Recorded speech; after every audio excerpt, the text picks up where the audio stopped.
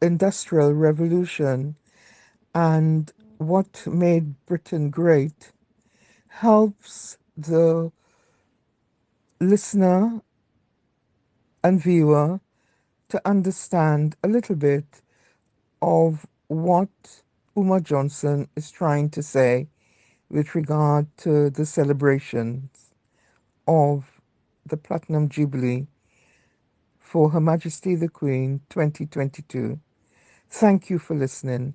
Please don't forget, subscribe, click the like button, share, and please do comment. Thank you. Burden that slavery put on the backs of African people. Why in the hell are we celebrating the face of white supremacy? For those of you who do not know, when the most honorable Marcus Messiah Garvey, the greatest Pan-Africanist of all time and the greatest human organizer in world history, when he brought forth the largest black organization in modern history, the Universal Negro Improvement Association and African Communities League in 1914. At the time Garvey founded the UNIAACL, the British Empire controlled 25% of the world's population. I want to say this again. I need you to understand, overstand, and understand me. I want you to understand, overstand, and understand me. When Garvey created the UNIAACL, the British Empire controlled 25% of the entire population of the planet Earth. When the most honorable Marcus Garvey held his first international convention of the African peoples of the world at Madison Square Garden in August of 1920, during the first Great Garvey Convention in New York City during Leo's season of 1920, the British Empire controlled 25% of all the land and the resources on the planet Earth. I need us to understand this. The greatest enslaver of African people was the British Empire. The greatest dominator of African people was the British Empire. The greatest thief and exploiter and monopolizer and controller of African resources was the British Empire. So can somebody help me understand why any African on the face of the earth would be celebrating the monarchy of a woman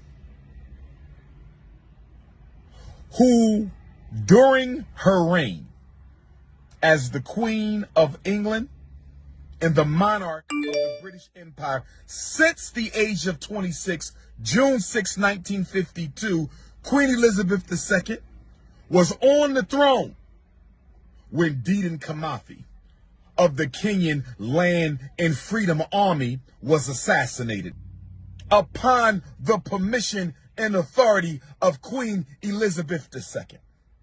Kwame Nkrumah was overthrown under the authority of Queen Elizabeth II.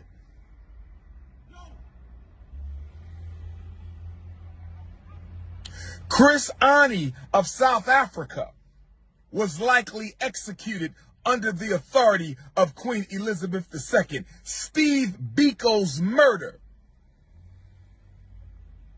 Robert Sobukwe's incarceration and untimely death, all under the authority of the Queen of England. But we are celebrating. But Nigeria, oil, gas, gold, resource rape under the authority of the Queen of England. I'm trying to understand.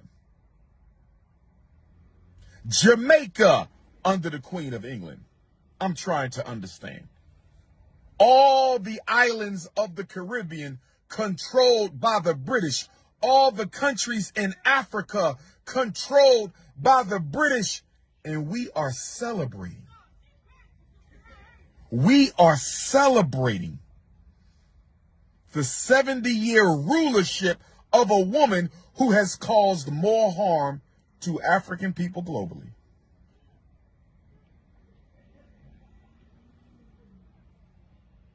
We are celebrating the rulership of a woman who has caused more harm to African people globally than almost any single person you can name.